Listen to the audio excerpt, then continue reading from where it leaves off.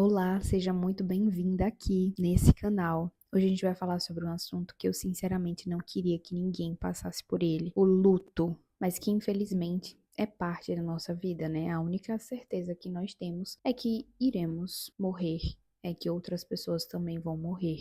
E se você chegou até aqui porque passou por alguma perda, saiba que eu falo de um local de empatia. Eu já vivi muitas perdas. Isso aqui não é teoria, é de fato uma prática também. E assim, por mais que a gente ache e que o tempo vai passando, que a gente vai se acostumando, na verdade a gente vai aprendendo a conviver com o luto. Mas não é nada igual, não é nada igual. Vou botar o microfone aqui para falar melhor com você.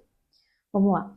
Perder alguém é quase como se a nossa vida fosse arrancada, né? De fato, de forma abrupta. Inclusive, a psicologia, ela fala sobre várias fases. Viver um luto, vivenciar um luto, vivenciar uma perda, não é apenas tristeza ou uma certa confusão naquele momento. Raiva, a culpa, você se sente extremamente assim anestesiada, como se estivesse sonhando ou na verdade tendo um pesadelo, né, para ser mais específica, para ser mais exata. Então, não é apenas viver isso, né? E na psicologia a gente fala sobre as fases do luto, que é basicamente negação, raiva, barganha, depressão e aceitação. E há quem diga que a gente passe por isso de uma forma muito regradinha, né? Que a gente passe por isso numa ordem muito bonitinha, mas não, a gente passa de uma forma extremamente bagunçada. E muitas vezes a gente acha que já está se sentindo muito bem, só que aí vem uma música, um cheiro, alguma coisa que lembre a pessoa e a gente volta àquele estado emocional que parece que foi ontem. E às vezes foi ontem. É importante que você saiba que o tempo, ele é relativo para todo mundo. Então, o tempo que você vai passar para passar pelo luto, para passar por essa perda, é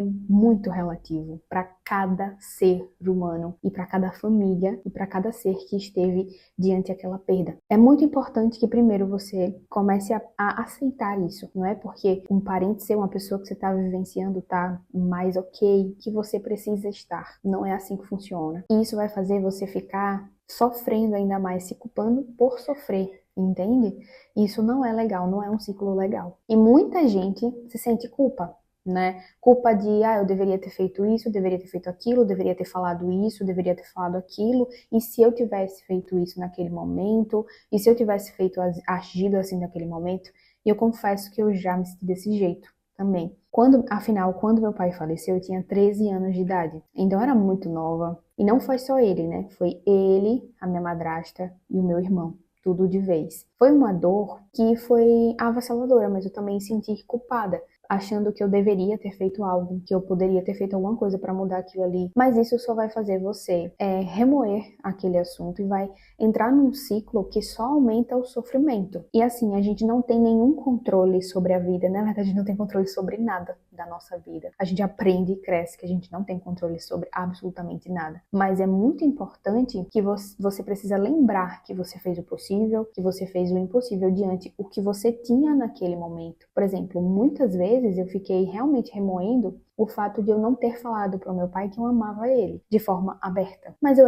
tinha 13 anos. Eu não tinha o conhecimento que eu tenho agora, eu não tenho a cabeça que eu tenho agora. Muitas coisas começaram a vir à tona como se eu fosse a culpada também, me sentindo culpada, não pela morte, mas assim, pelo fato de não ter me despedido da forma como ele merecia, por exemplo. E remoer isso só fazia eu entrar realmente num ciclo que aumentava o meu sofrimento, e ele já era enorme demais. Ele era enorme demais para eu dar conta. E basicamente, entender que você não tem controle sobre essas coisas é mais libertador. Entender que você fez o que tinha que fazer, o que foi necessário naquele momento, com as coisas que você tinha. Eu perdi meu pai quando eu tinha 13 anos, como eu já comentei.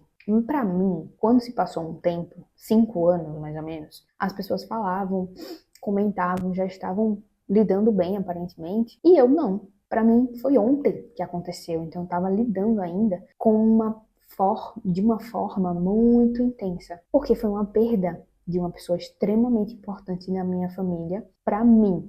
né? O meu pilar. Se eu olhar para trás, eu percebo que essa dor não desapareceu, ela só mudou de lugar e mudou de forma.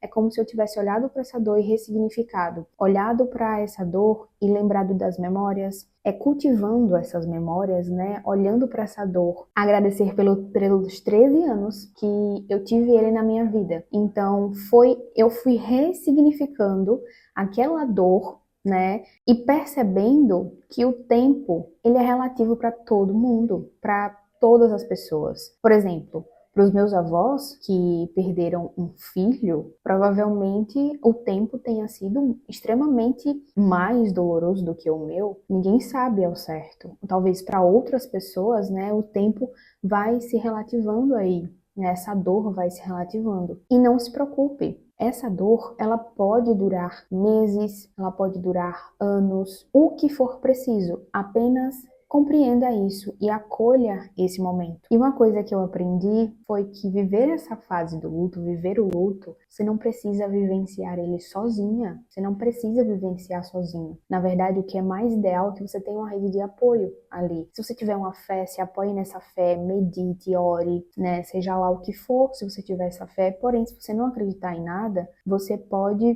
se apoiar justamente em uma rede de apoios familiares, amigos que estejam ali por você, que estejam com você.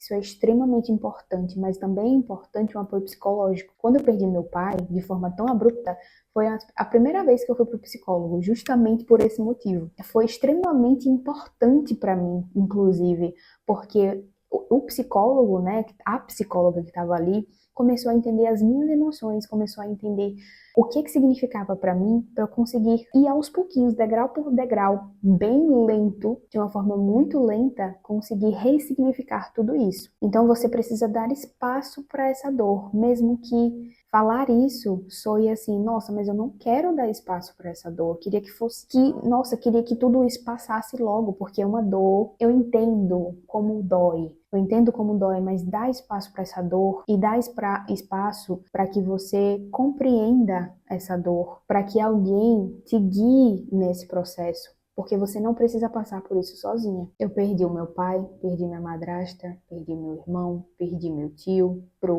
recentemente, não sei se pode falar essa palavra aqui, perdi o meu avô, eu perdi um amigo recentemente também, e até hoje, no momento da morte, eu não sei lidar com isso. Acho que ninguém sabe, mas eu aprendi a lidar com o luto, eu aprendi a lidar com a tentar olhar de uma forma para ressignificar o luto e essa dor. Eu aprendi que a vida é frágil, mas a morte é uma certeza.